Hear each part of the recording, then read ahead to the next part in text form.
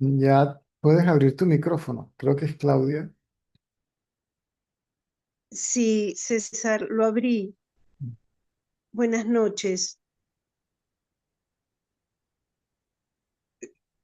Em, Quería preguntarte algo que hoy cuando hablabas con Juan, voy a escuchar otra vez el vídeo porque, bueno, había mucha información, digamos. Algo que dijiste, no sé si era esto, y te quiero preguntar esto. Me pareció que dijiste que, César, el samadhi sería el estado de no diferenciación de la mente Sí, y que a partir de ese estado, porque es un estado mental, el samadhi, de a partir de ese estado de no diferenciación, ahí se daría el autoconocimiento.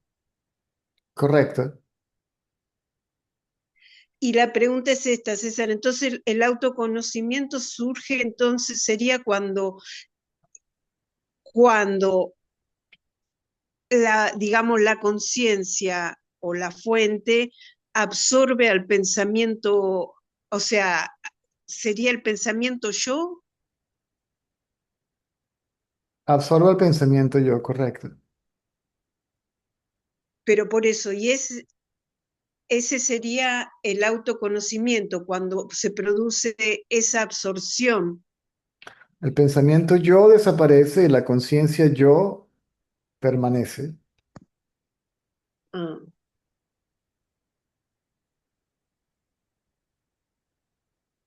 mm. Y para que eso suceda, César, perdón la repetición, por como que lo quiero grabar, eh, es necesario, como dijimos, como dijiste, ese estado de no diferenciación de la mente. Correcto. Ah, bueno, En ese estado la mente está completa, absolutamente quieta. El pensador está libre de pensamientos. El pensador es un pensamiento. Cuando el pensador se queda libre de pensamientos, la conciencia lo absorbe.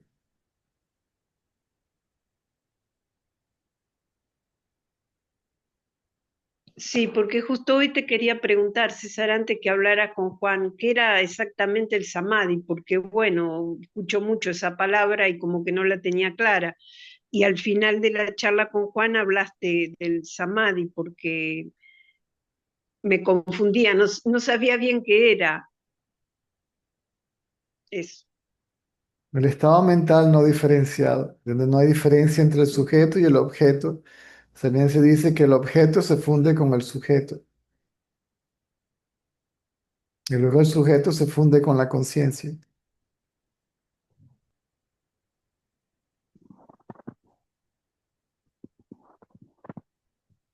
Mm.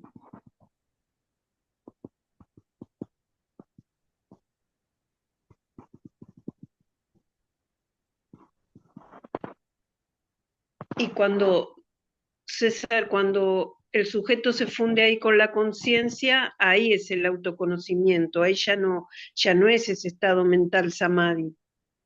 El samadhi continúa.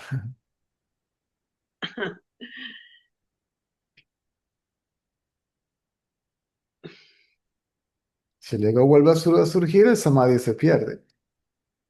Ah, eh, La mente surge y ahora todo es diferente todo aparece como diferente, diferenciado, diferente del observador.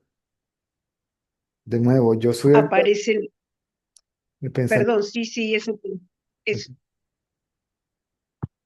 El pensamiento yo surge, yo soy el cuerpo y ahora todo lo que yo aparentemente el cuerpo percibe es separado del cuerpo, del sujeto, del observador. mm,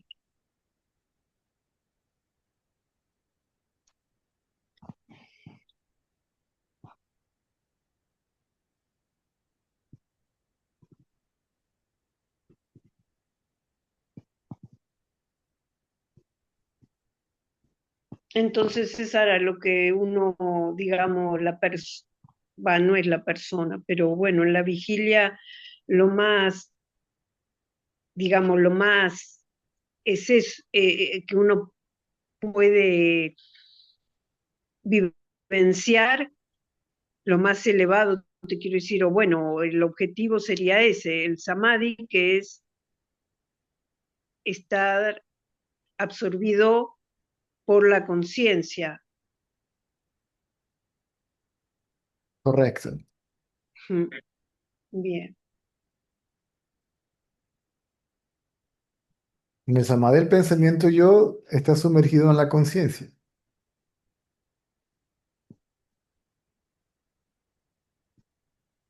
La mente es consciente, sigue consciente, pero sumergida en su fuente. Siempre está en su fuente, nunca está separada de su fuente. El sentido de separación ha cesado de existir temporalmente. sí. Y es cuando decías eso, que a esa mente no se la puede llamar mente, cuando se ha fundido y no existe esa separación, digamos. Correcto. Bien, Una vez que el río, bueno. una vez que el río llega al océano, ya no lo puedes llamar río, es el océano.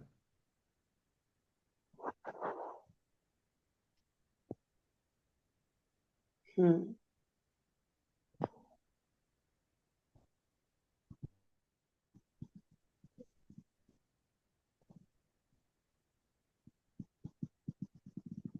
mm.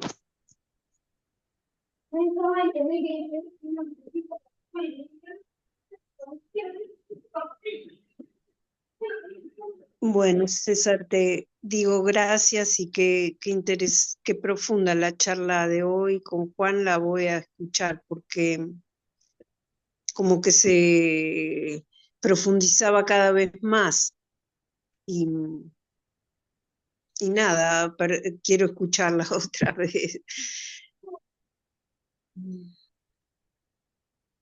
Gracias. A la orden. Mm.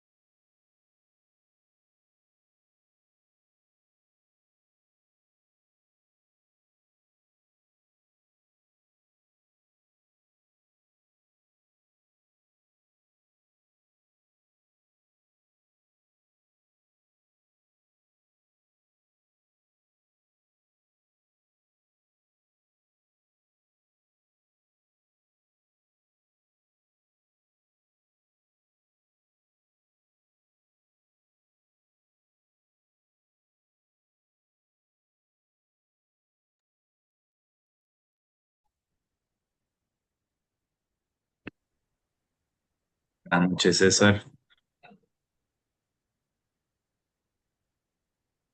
Hola.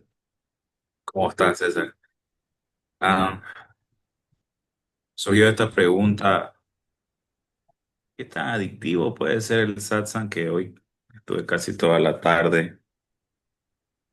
Y digo adictivo entre comillas, ¿no? Sin desmedro de nada.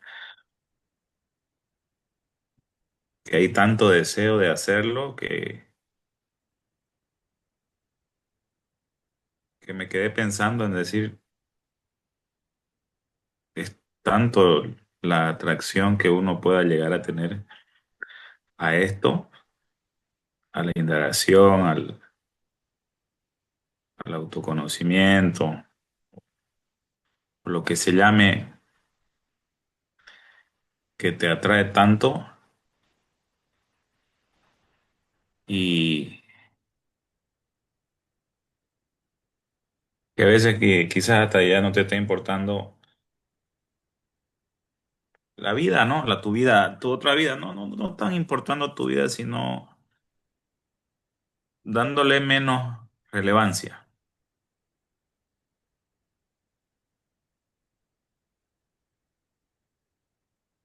Es natural.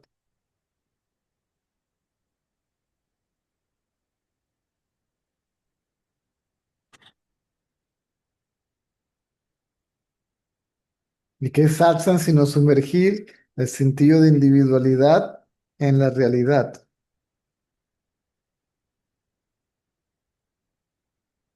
Sumergir el pensamiento yo en su fuente.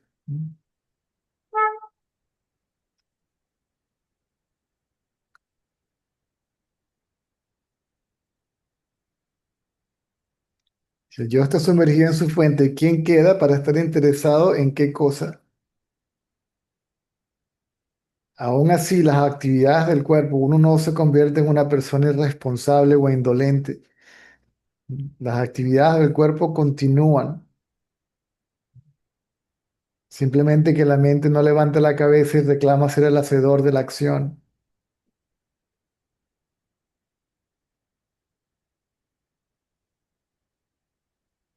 el experimentador de la experiencia.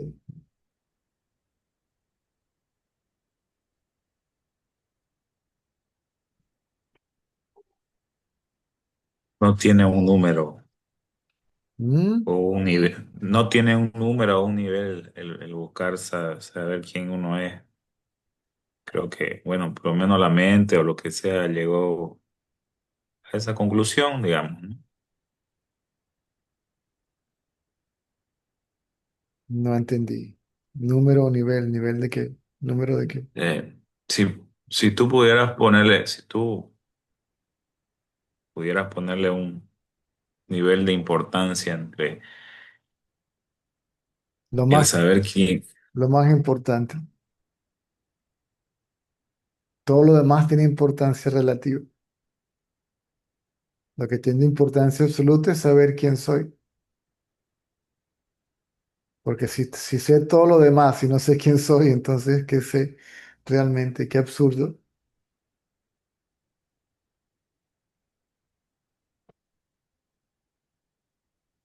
sí, porque a veces la mente no me da una lucha, pero es como que da para allá mente, aquí adentro, y, y te sigue, te chupa, te atrae tanto, ¿no? Te lleva, La mente se, creo que las palabras están de más. la mente se distrae con sus propios pensamientos, con los objetos que ella misma manifestó. ¿Y quién le va a decir a la mente para allá, para adentro? Eso no es indagación. Con la trampita, ¿no? Mm.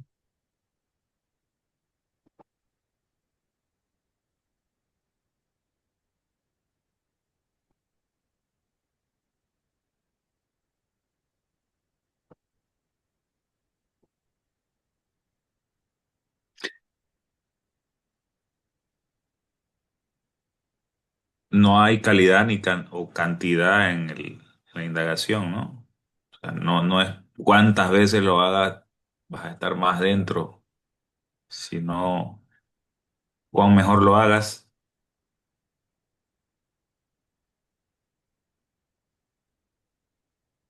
pues mi mente.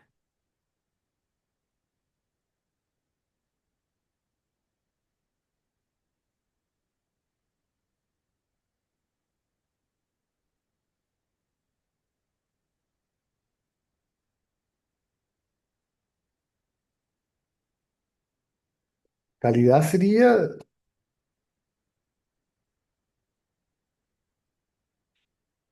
la menor cantidad de tiempo que uno se distrae con los objetos, con las sensaciones, las percepciones, los pensamientos, los sentimientos, las emociones. ¿Mm?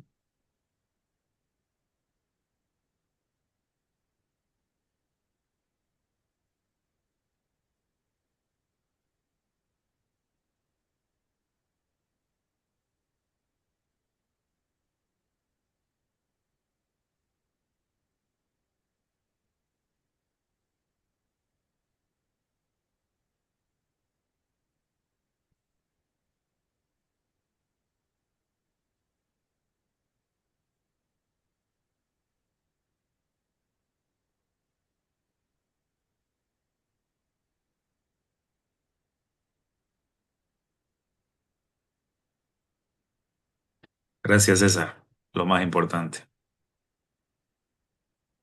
Gracias. A la orden. Si no es lo más importante, no funciona.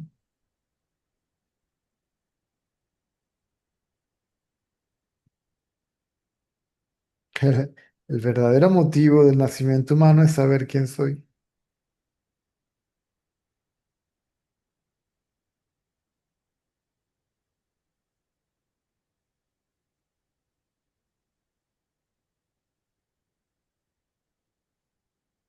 ¿Tú lo sentiste así igual en algún momento? Correcto. Supongo, ¿no?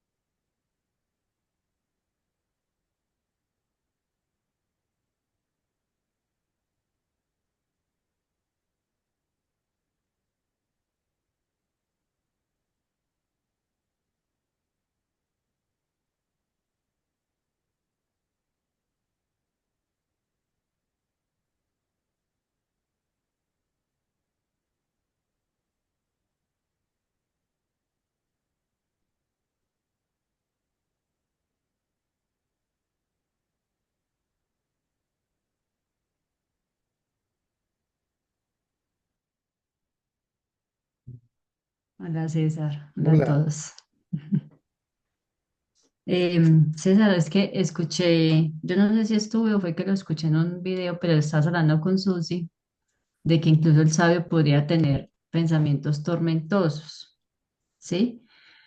Porque la situación puede ser apremiante, pues sea por económico, relación, pues sentimental, bueno, cualquier situación apremiante. Esos pensamientos no le afectan, es decir, él los aparecen como para tratar de resolver la situación. Igual serían entonces pensamientos prácticos, como tú nos has dicho. Correcto.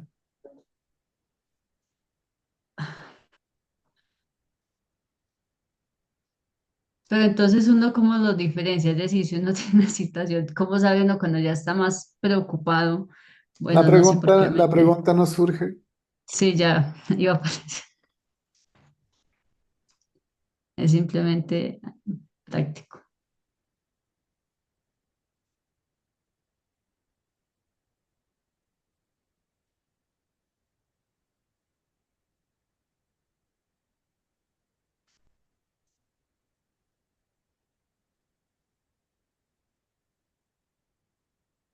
Y te escuché en otro video que estabas hablando, creo que era con Alina, y le decías, cuando no hay yo, ya no hay nada. Es decir, todo esto son conceptos como para, sí, como dices tú, como satisfacer nuestra curiosidad. Pero finalmente cuando ya desaparece ese yo, no hay, pues, solo conciencia.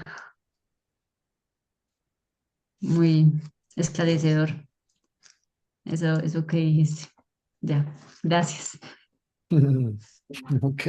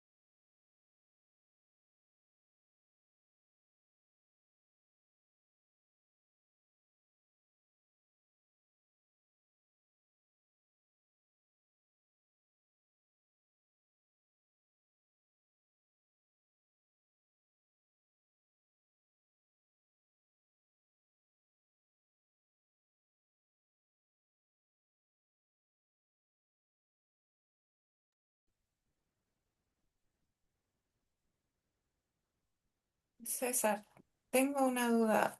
Eh, Cuando estoy viendo al sujeto, en un momento me parece como que es un objeto, como si lo estuviera viendo como un objeto más. ¿Es así o me estoy enredando? Mm,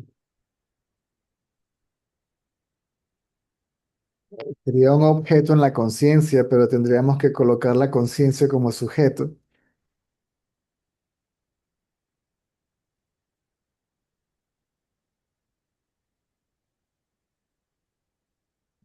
El sujeto no puede ser el objeto, no, no, no, no, no. Ya, entonces me estoy enredando. Mm, Olvídate no lo llames sujeto, a ti misma, ¿no? Ujú. ¿Quién es el sujeto? Yo, ¿no? Yo misma, ¿cierto? Sí, Mm. Entonces, eso que aquí y ahora conoces como yo, pon tu atención allí. Autoatención, autoobservación, autoindagación.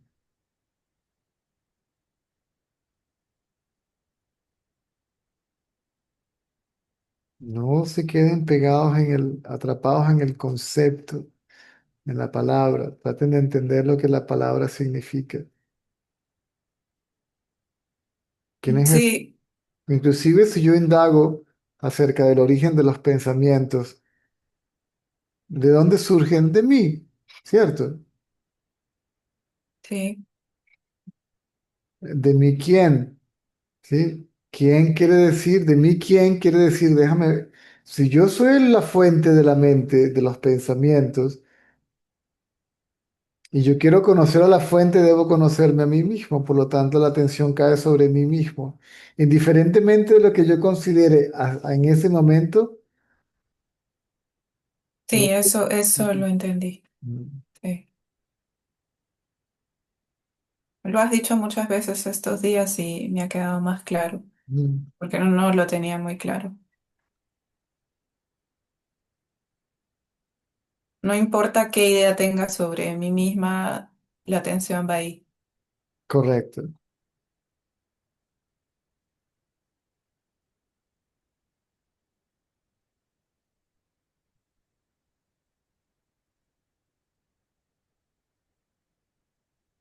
Ramana a veces decía, ¿qué es eso que aparece en el cuerpo como yo?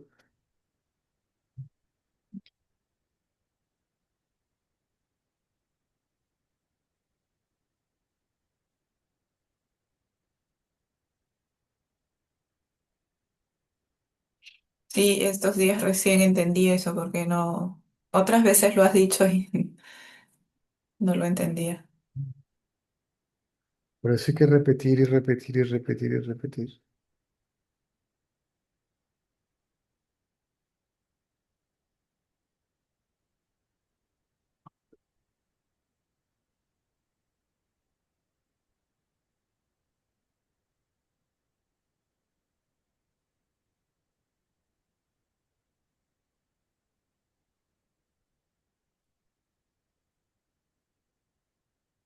O ves qué es la mente o ves de dónde surge. ¿Mm?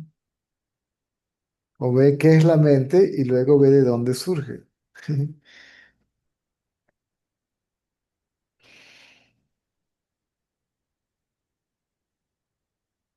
Entendiendo qué es la mente, un pensamiento. ¿Cuál pensamiento? Yo. Muy bien, ya sé qué es lo que es la mente. El pensamiento yo. Ahora ver de dónde surgió ese pensamiento yo.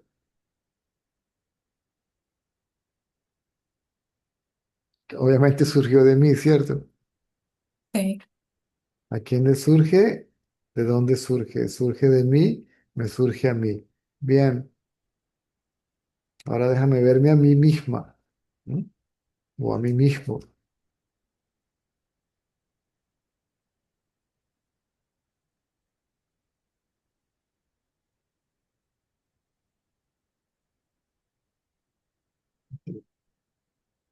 con todo esto aquí está de nuevo, sí. No lo quiero traducir, ya no estoy cansado de traducirlo, pero aquí está, a ver. Esta es la página de David Goldman donde está en varios capítulos dedicados a la autoindagación. Una respuesta de Ramana. La mente es, en realidad, un conjunto de pensamientos. Y cada pensamiento surge del yo, del pensamiento yo. ¿Sí? Por lo tanto, es el primer pensamiento. En lugar de detenerse en los pensamientos secundarios, el buscador debe concentrarse en el pensamiento principal, que es este yo. No puede estar más claro, ¿verdad? ¿Dónde dice que la concentrarse en la atención va a dónde? ¿Mm? Sí, está claro.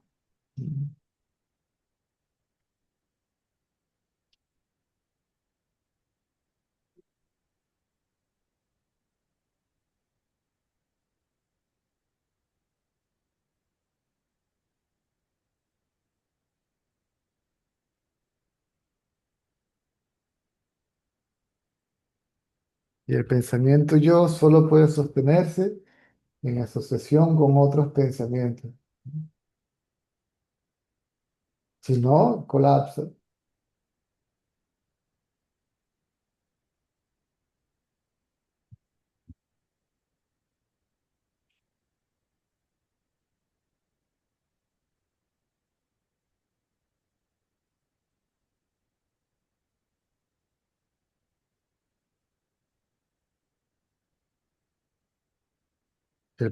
Si la atención va al pensamiento yo, los demás pensamientos son ignorados. El pensamiento yo, al ignorar todo lo demás, no puede sostenerse, colapsa ahí mismo.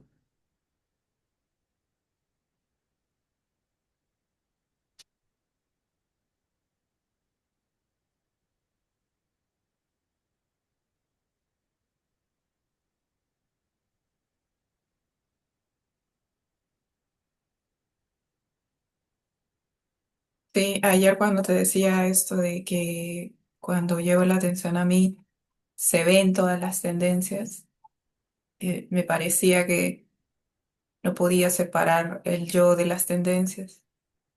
Mm, Y, ajá, pero tiene que volver la atención al yo, aunque estén ahí, ahí, ahí. mm,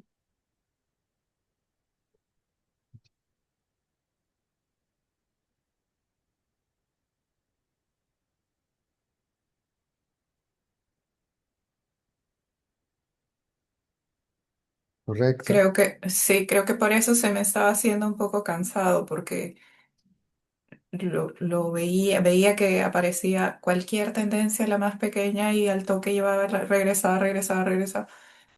Y todo el tiempo es así, todo el tiempo es así.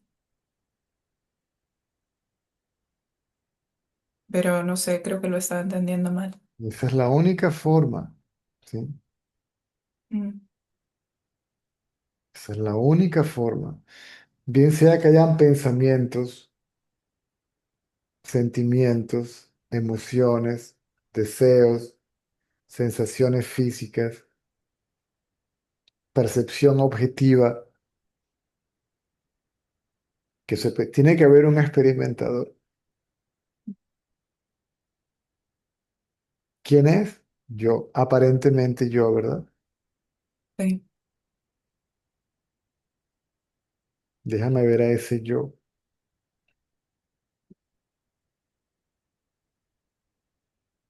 Y desaparece, no lo vas a encontrar.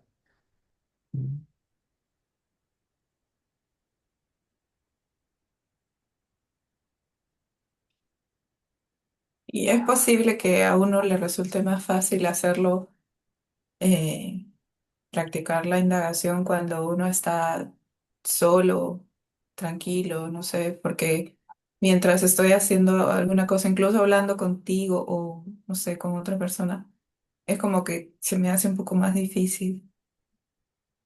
¿Es posible eso?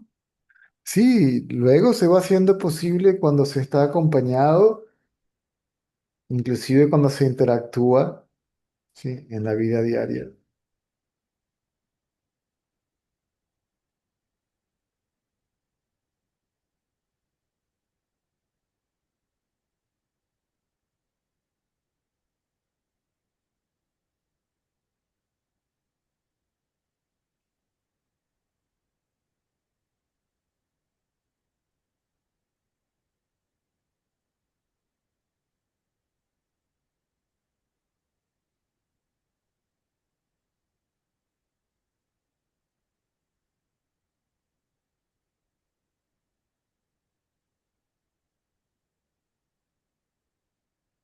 Ah, ya. Entonces sí se da eso, sí se va a dar Sí, de indagar mientras está haciendo otra cosa o hablando con otras personas. Sí se va a dar en algún momento. no dejes espacio a la más mínima duda.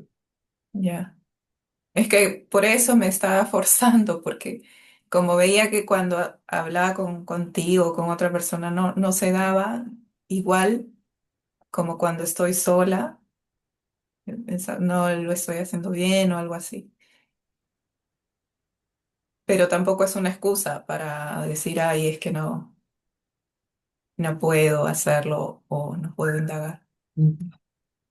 Si hay un momento en que no puedes, entonces no te esforces. Continúa haciendo lo que estés haciendo y cuando estés un poco más tranquila o que tengas más energía, o cuando estés menos ofuscada, entonces retoma la indagación.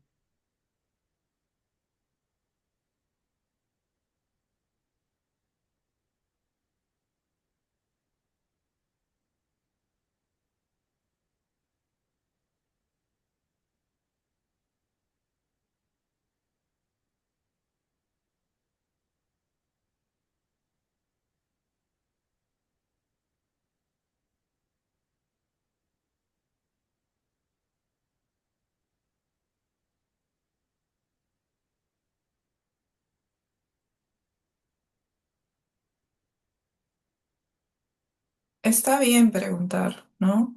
Ujú, claro. Porque es que a veces también he pensado que puede ser incluso eso una trampa para no mirarse uno, para no seguir indagando. Si tienen una duda, pregunten y después vemos qué es lo que pasa con Ya creo que estoy con la respuesta. un poco paranoica, creo. Bueno, César, gracias.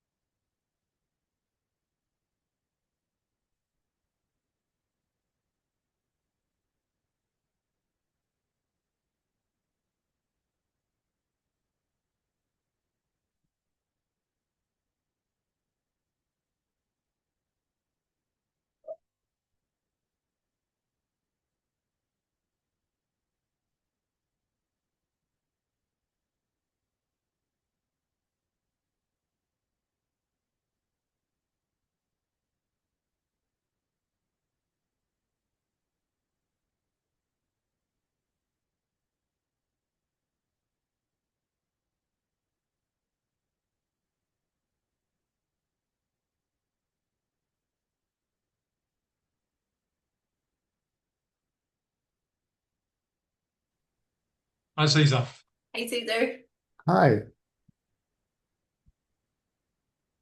I was just wondering, I know you've mentioned that you should be aware of the I thought, and like when you're thinking, you just be aware of where those thoughts are coming from.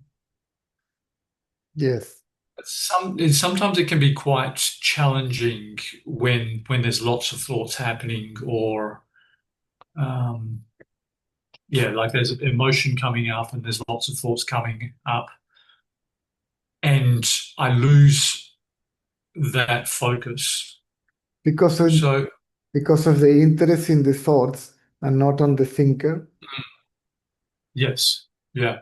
So I was just wondering, would it could it be possible that because I mean I used to meditate and focus on my breath.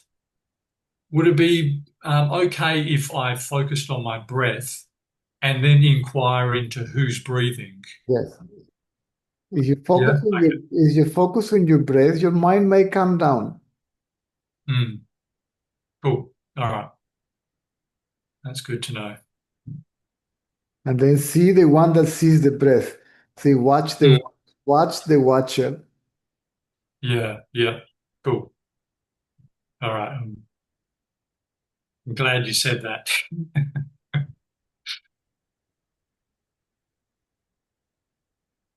Yeah. Otherwise, it can just be it seems a little bit challenging sometimes. Yeah, because we get caught in thoughts. We find them perhaps overwhelming, right? We are the one that is looking at them. So we are interested in them Mm, somehow. yeah. We find Yeah. them interesting, whether they are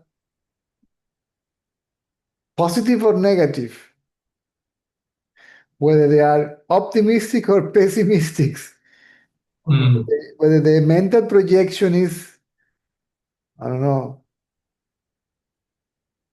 is offering you a good result or a bad result. We are enchanted by them. yeah. Hmm? So if they are there, they are there. What to do? They must arise. See, all these tendencies appears in the form of thoughts, right? All these predispositions or imprints or whatever it is. Normally, according to the balance of our life experiences, positive and negative, right? Right. So the thoughts are conditioned by these memories, right? Right. So I may be optimistic and pessimistic, positive mental projections, negative mental projections, right? Right. And who is projecting them? Right? Who is the thinker of the thought? Yes. Let me see.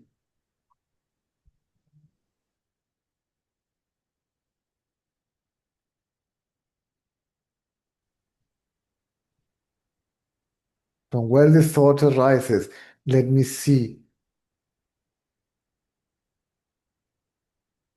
Actually, it arises from me, right? If we Right. analyze, for example, what Ramana said about the inquiry, from where let the thought arises, see? And then from where these thoughts are coming from, right? From me. Uh-huh. The answer, he said, the answer logically will be from me. And then he says, then go deeper. Me whom? Who am I? Right? If it arises from Mm, me, the question who am I is let me see myself. Right? At that moment, uh-huh. I believe myself is the ego. But when I look at myself, the idea that myself is the ego disappears. And myself, the Right. self, the self that I actually am, just gets, Pilot, guess what? gets revealed, right? Right. as it actually is.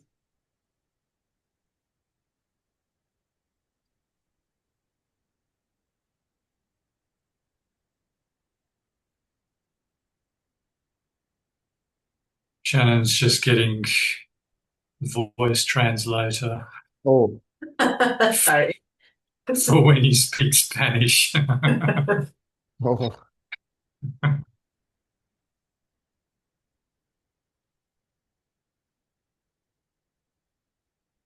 Now, the same thing can be done even when you have to think about something, like when you're trying to figure something out. yes. That awareness can still It's be like there. it's like you hold a subtle and yet powerful intention, right?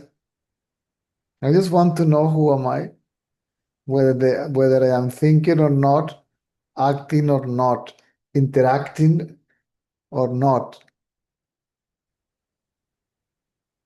Mm. awake or not, dreaming or not. We hold that intention, so to speak. Sure. See, you hold on to the question, who am I? Right? Ramana is another way that he put it. Hold on to the question, who am I? It is a thought. And that will exclude, see, the other thoughts. And then the question, who am I, will also disappear. Right.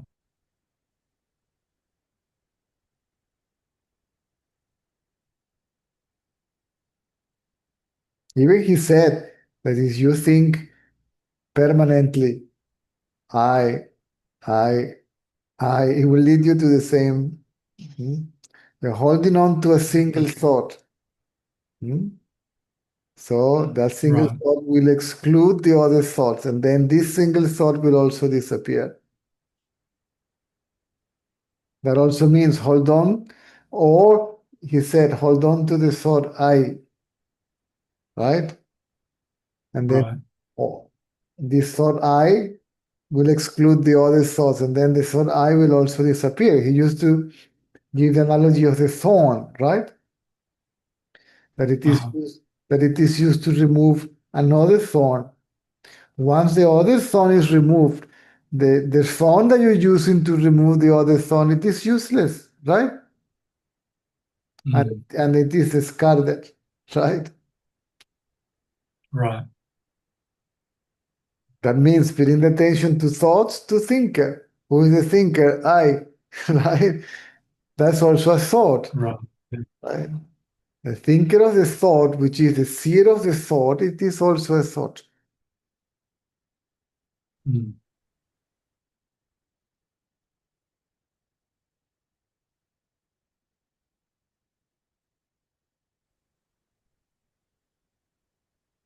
And that is also true if emotions are arising as well. Like you don't even pay attention to Whatever the it is that emotions that arises, arise. whatever it is that arises, okay, it arises from me or arises to me. See?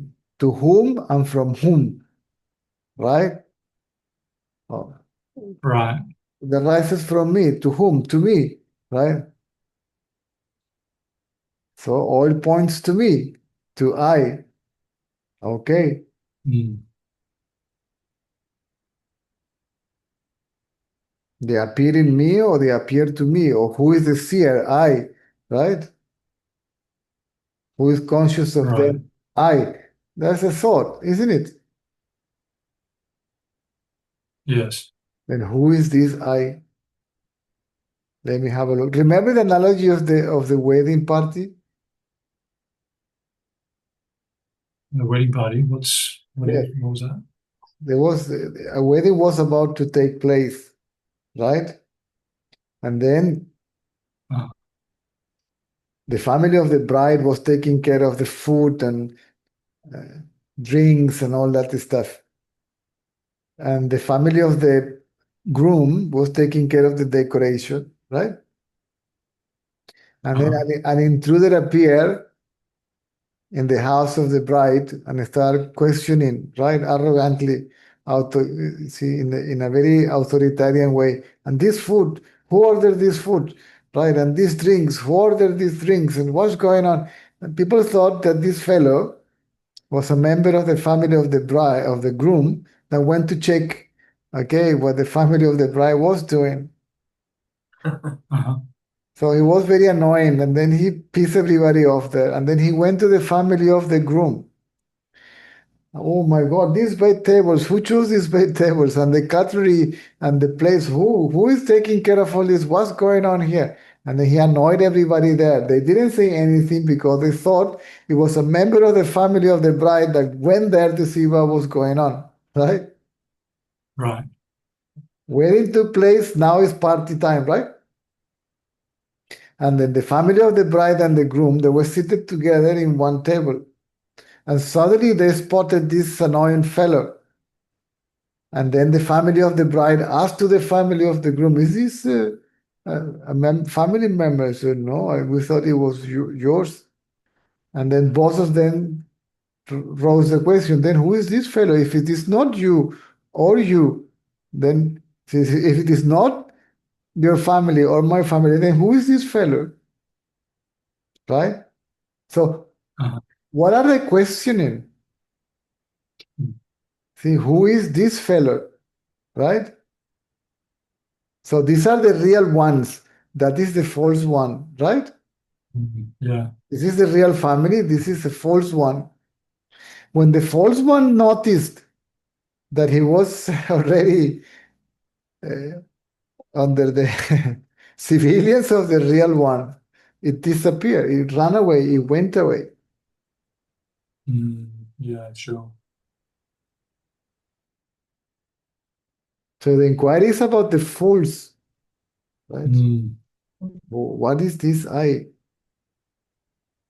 What is this that appears in the body as I? Because it appears in the body, right? Right.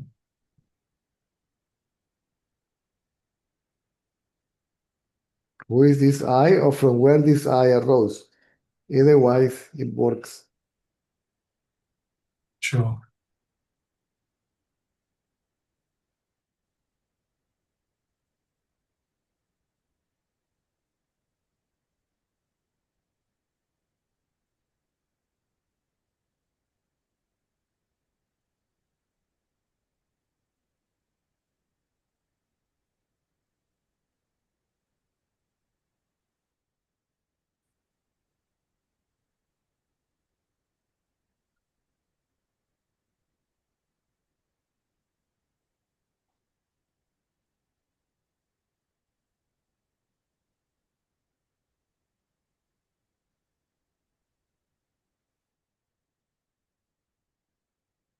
Hear this.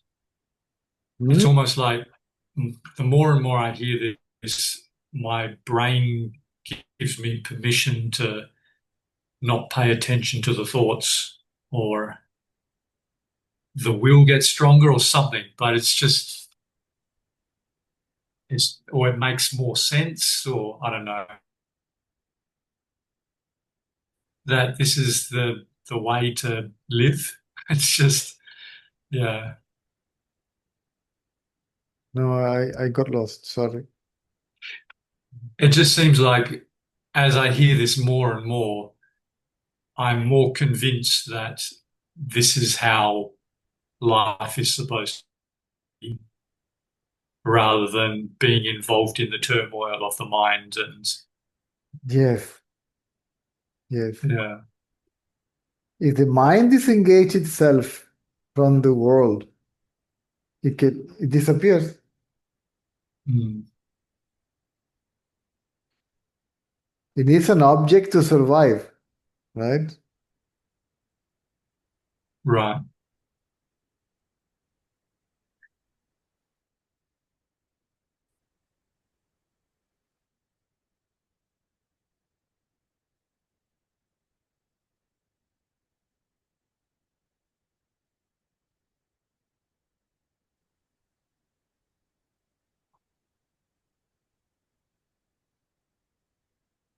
The subject without the object cannot exist because the mind is both subject and object. It is also called the subject and object relationship. Right. There is a book called Advaita Boja de Pica. Okay. And the devotee asks the question, what is the mind? And the Guru says, I and you. See? How many are there? Two. Mind is this apparent duality, subject and object. The mind identifies itself with the body, right? Right. I am this body, and now all what I perceive is another one. See, it's something else, it's something external, different, separate from me. So when the I thought arises, other thought arises. See? Right. Yeah. Subject appears, the object appears. See? When the mind appears, the world appears. This is why it's called I thought. This I is a thought. Yeah, sure. What thought? I am the body.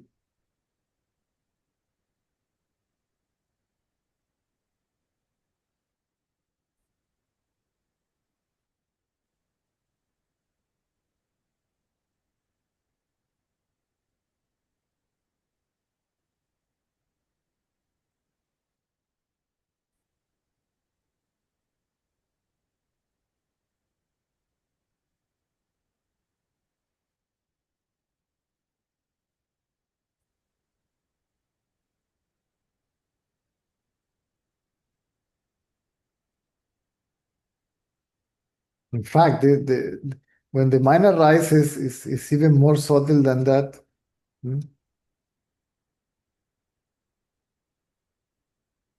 How so?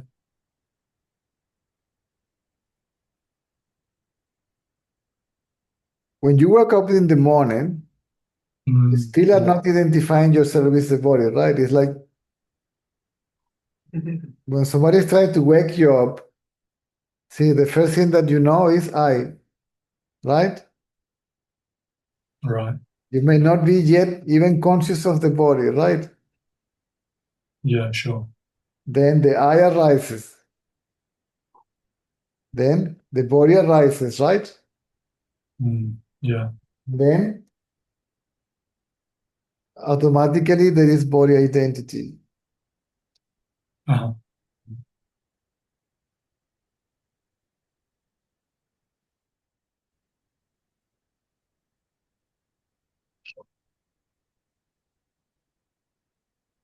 That's quite a fast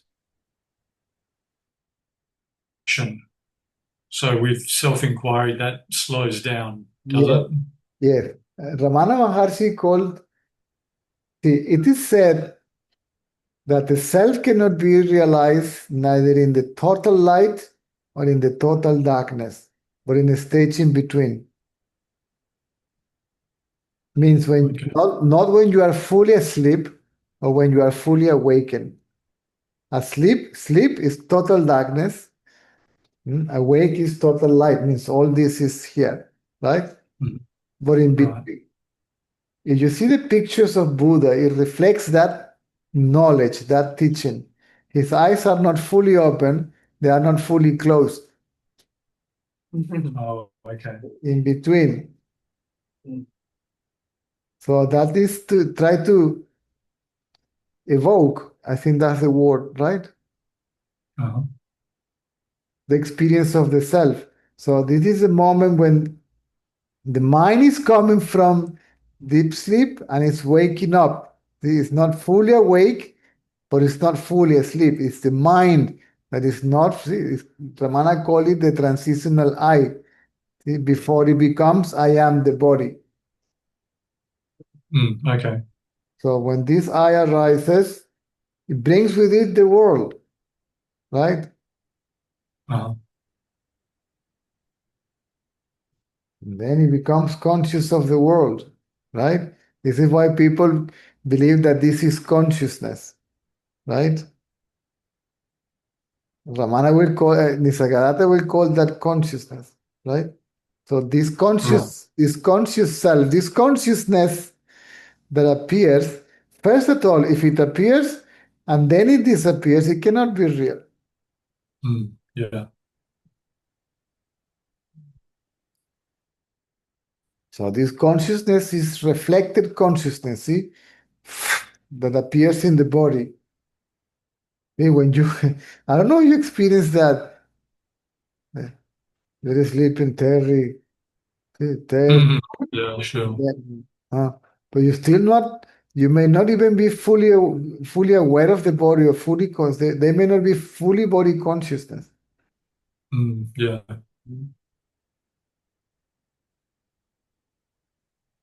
The eye is brought back from sleep. It has been awakened. So this eye that's been awakened, right, is the mind. Right. Okay. And then, So when you go to sleep, when you open your eyes, okay, and the body identity takes place. Say, I am the body. uh,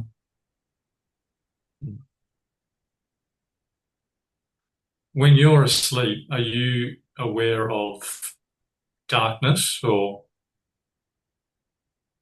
Me, personally, you mean? Yeah. Deep sleep is like a nirvikalpa samadhi, when there is no body consciousness. Even if the body is snoring, I can hear it. Really? Okay. So you're still aware of everything? We are always aware. Right. We cannot not be aware. The thing is that the darkness of the mind covers the fact that what we are is that unbroken awareness or consciousness. There's a very Right. interesting phenomenon that one has to get used to it, that we don't sleep. It's not that the sleep doesn't take place.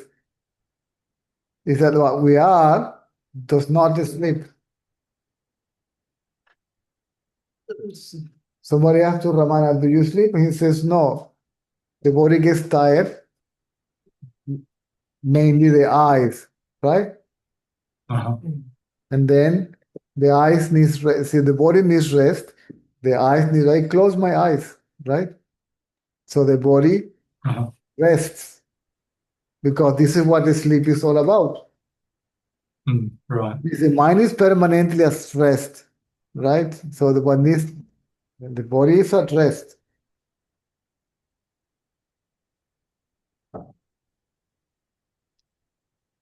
The body, not you. The mind may fall asleep, right? But not Uh-huh. you.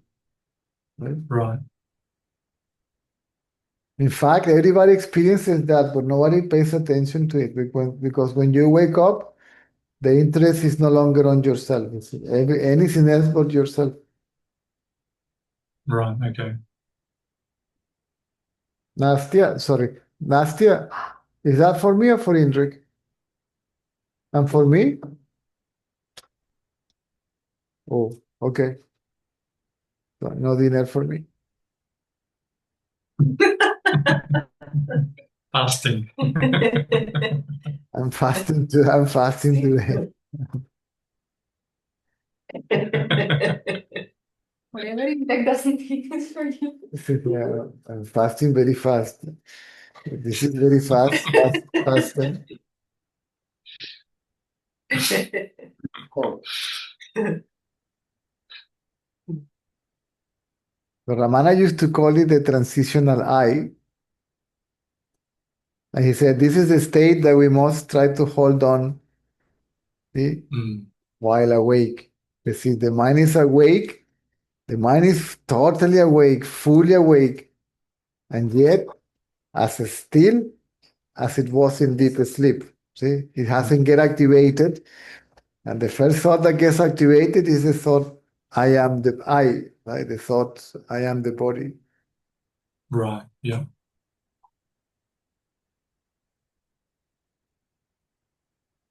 Mm.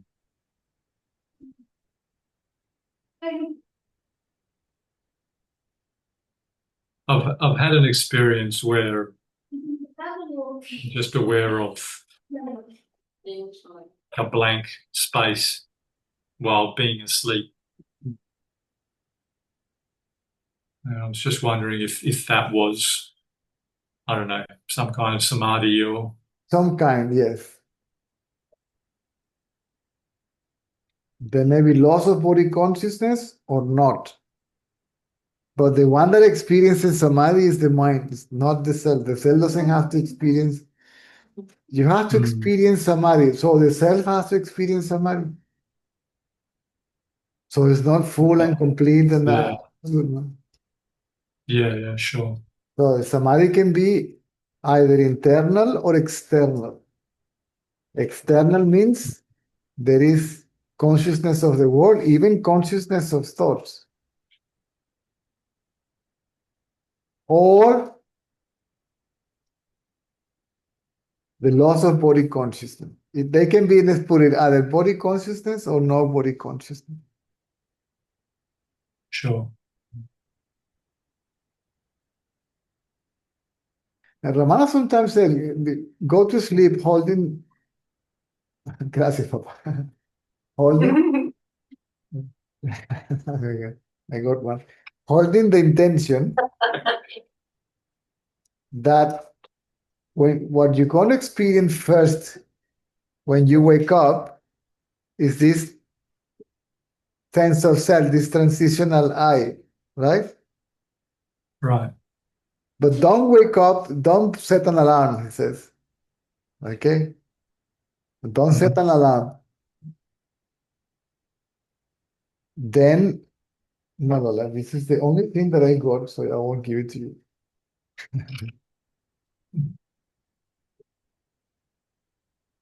Then it says, you may not succeed the first day, but eventually it's like you go to sleep holding on to this intention that the first thing that you're going to experience is this pure I. See? That's the pure ego, is the ego in its purity, right? Okay. Uh-huh. And you will succeed eventually. So that will be a point of reference to the state that we need to hold on, right? Okay, Lord. During the waking state, right? Which is a very subtle thought or a sense of self, right? Some people like to call it the feeling I am or whatever. Even if you look at the I thought, it becomes more subtle and it turns into kind of a feeling more than a thought, right? Eventually, it's also absorbed by the self.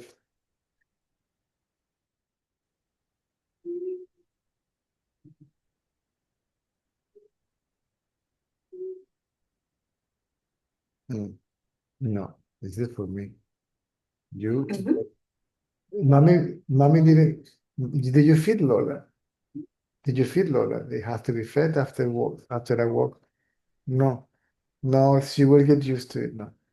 Please, and give some water. When eat first, because look, you have the cat here and the dog there. You are surrounded. Huh? Okay. No, this is when you're gonna put it in the fridge, please. So you would prefer to feed the cats than to feed me. They have their food. Hold on a second, please. Sure.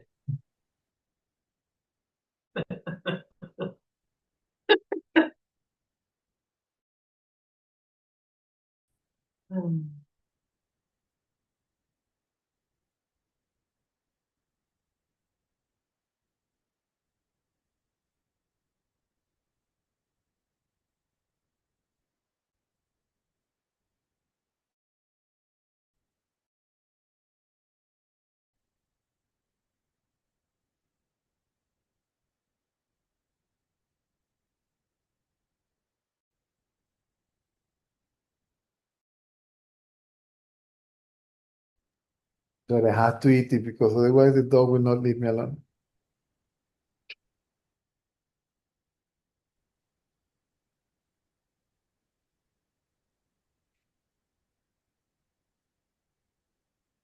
So the mind becomes super subtle, means super pure, right? A mere sense of self. Right. Sure. It's called knowledge of being. So this being is already knowledge, something, right? It's not true self-knowledge. It's not the knowledge of ourself as the self. Right.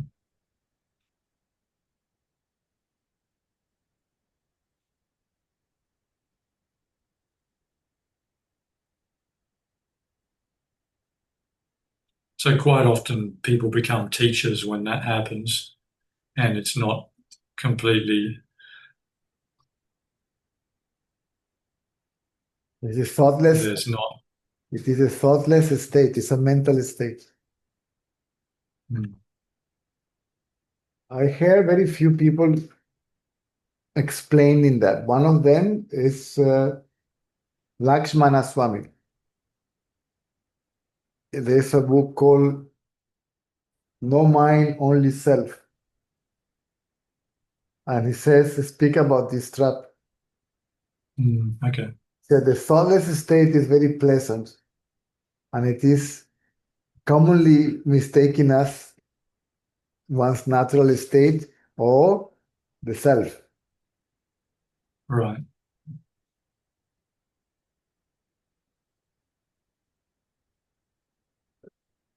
If there is a thoughtless state, there is awareness of the thoughtless state. Yeah, sure. As there is awareness of the thoughtless state in deep sleep. Right. The difference is that they may be body consciousness or no body consciousness. See?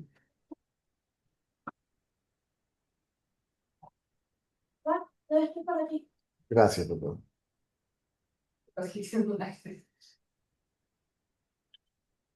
Okay.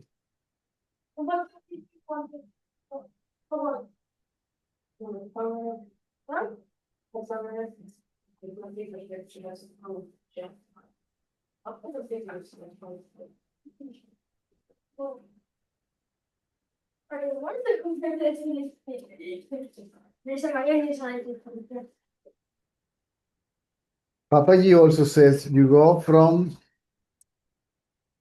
pure mind to no mind and from no mind to the self.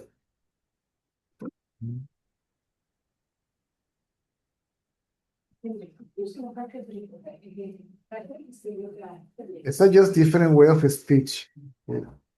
Right. Okay. Different ways to put it. Sure.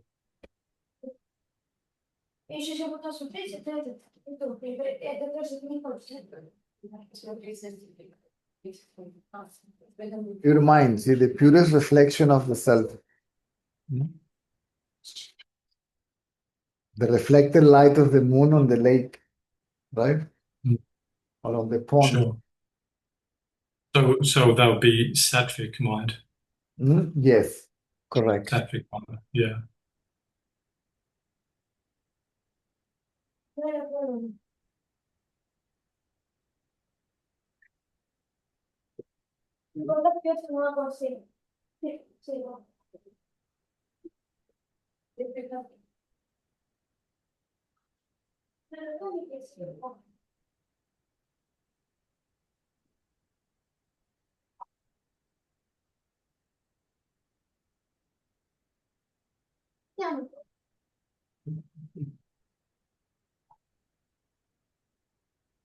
¿Por qué me dice que este sport de zapatos no mira ese nada, pero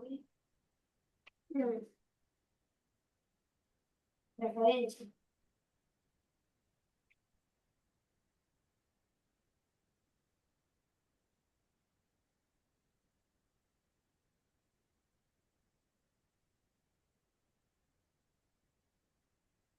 It's what Ramana also said, referring to the mind of the wise.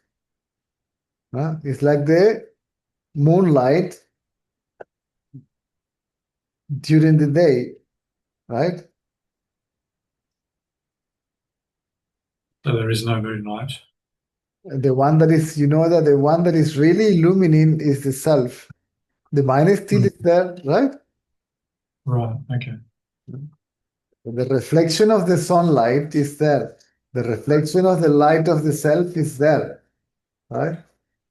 But it is obvious that the real light is the one from the sun. It means that the real I is consciousness, not the mind.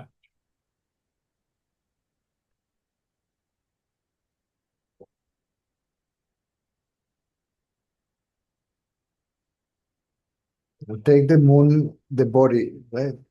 When the light is, see, the light comes from here and it gets reflected here, right? Uh-huh.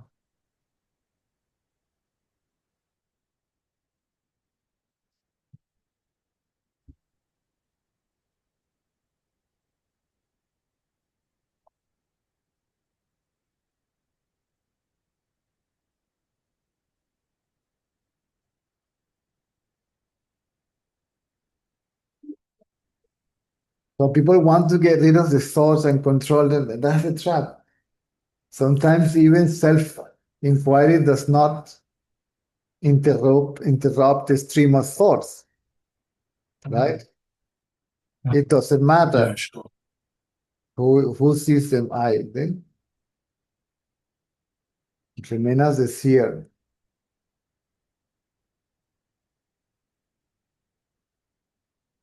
Ramana also said so.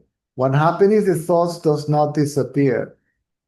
He said, no problem. They must appear on a substratum, right? Look at the substratum, right? And leave the thought come and go as they please. Right, sure. The thing is that when they arise, we may find them so juicy, right? Even the negative ones, we can't stop looking at them, right? Yeah, sure. And what they produce in the body, anxiety, fear, anger, jealousy, pride, right? Mm. And Sometimes it feels as though the thoughts arise a lot when there's pain being felt. It's the distraction from feeling the pain. then you're going backwards. It's the mind reacting to physical sensation because it is identifying itself as the body. Yeah, sure. Right. So it don't want to experience it. It Mm. doesn't want to experience it. It rejects it. It reacts to it. Right? Yeah, Form of rejection, not in a form like oh, it aches and it aches, right? right. Mm. So even even if the mind identifies itself with the body, it still is divided in two. Is the experiencer and the experience. See, I experience pain. Yeah, yeah, So if I is the body, then who is experiencing what? It's yeah, sure. like imagine that I am the body and I say I experience the heart. For Christ's sake, the heart is the body. There is no body and heart, right? Yeah, yeah, So even if I believe to be the body, then there is the subject-object division there. yeah, sure. I experience this. Yeah.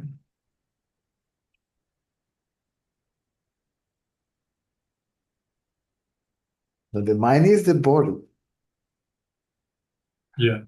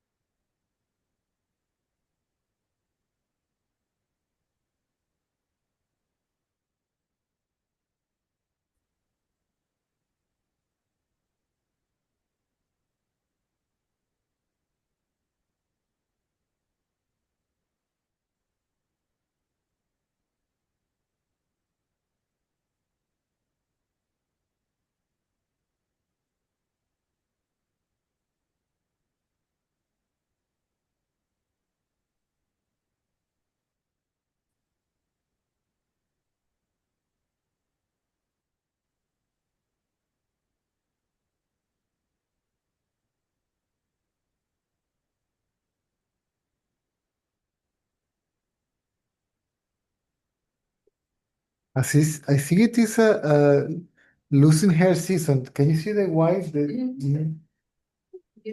Yeah, I don't think that she's getting bald or something. It's just must be a seasonal thing. Mm.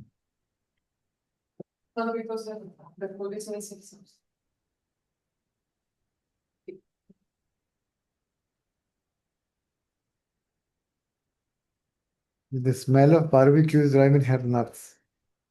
Because there's somewhere there.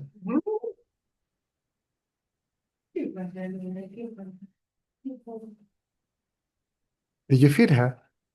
Mm.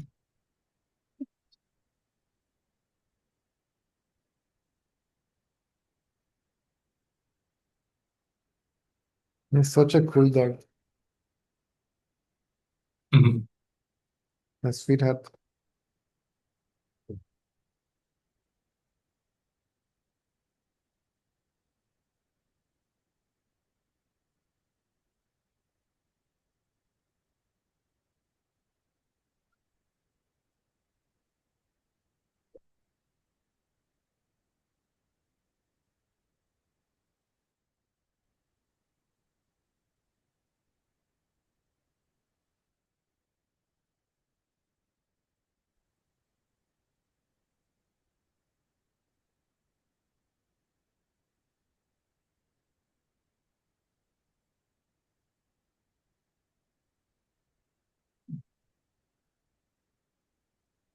So the sphere of the thought is the mind, whether it identifies itself with the body or not.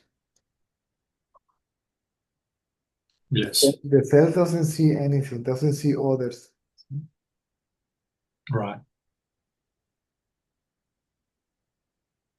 So when the mind is not identifying itself with the body, more than a subject is like like a subjectivity, like a subjective feeling I. Mhm.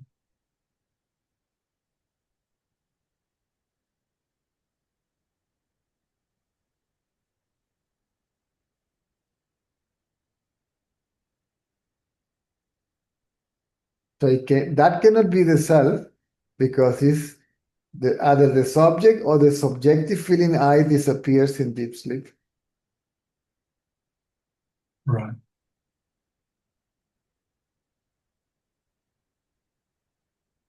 So the darkness of the mind doesn't allow the experience of the self as it is,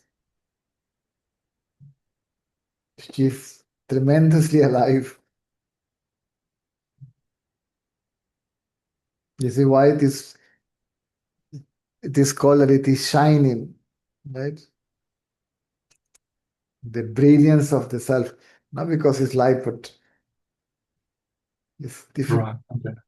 It's, it's, Just the aliveness of it. mm, can be explained.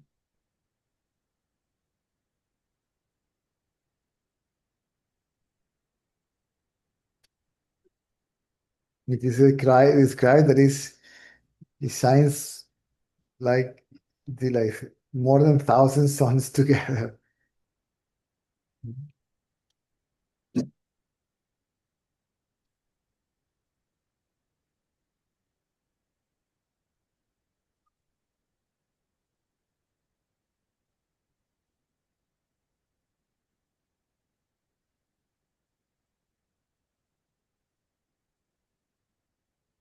That which shines in the heart as I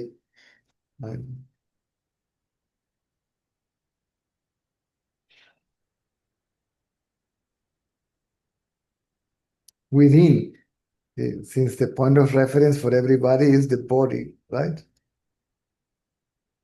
It's not within, but it appears to be so because the body is the point of reference, the location.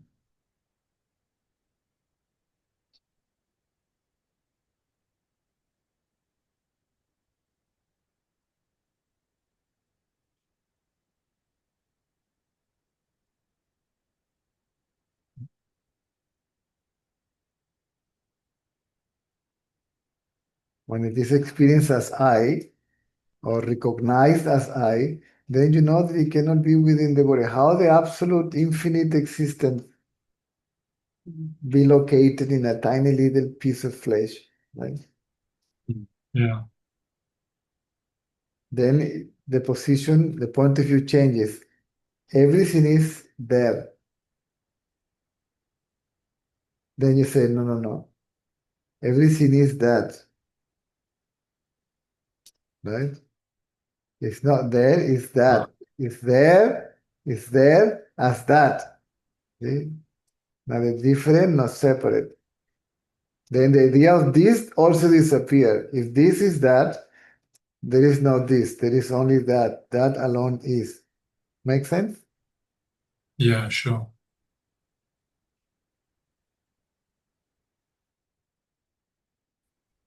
The salt is not in the water. The salt is water. It's the sea. Therefore, there is no salt actually. There is only the sea. Right.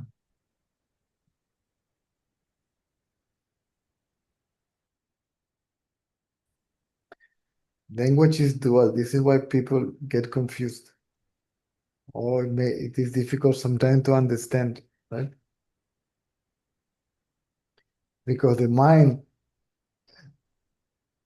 whose nature is duality, want to understand the meaning of non-duality.